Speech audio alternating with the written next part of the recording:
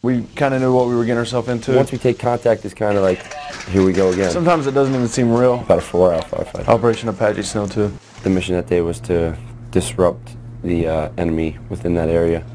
Once we started to cross this big open muddy field, they opened up on us. Let's go!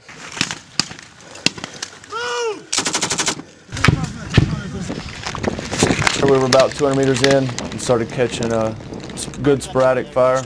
It's a pretty big rush. If you're used to it, it'll calm you down. Going to compound, my first step is to just make sure everyone gets to that next compound alive.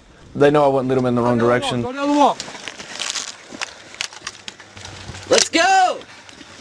Keep moving, keep moving. We cut contact, the security element. Usually they would take most of the firepower off of us so we can continue the clear.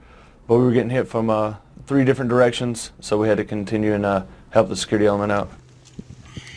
Air was reporting what was going on around us. Some families started to kind of flee the area. I mean, we got the vibe right off the bat that we were going to get hit, so everyone's head was on a swivel. During initial contact, I was in the middle of that field. I got pinned down for a second. That's when that one Marine got struck in his Kevlar. Instincts just kicked in at that point. The Marines who were in those security positions already knew what they had to do, and they immediately reacted to engage the enemy to alleviate that pressure off us. 200, 250 meters, max. This is a dude standing there watching. Observing. You've never really seen the terrain. We work off the terrain model. Hopefully get as much knowledge as we can about the place before we land, and you don't really know if you're going to land in the right spot or not. It's different. You don't really know what to expect when you go in there, if it could be booby-trapped or if there's IEDs everywhere or narcotics or anything.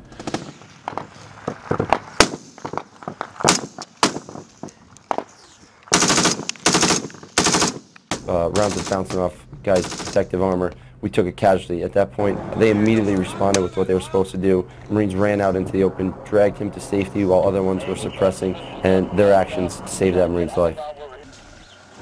Medium machine gun fire, small arms fire, RPGs. At the time, we seemed to be pinned down. They had positive identification on several enemy fighters around us.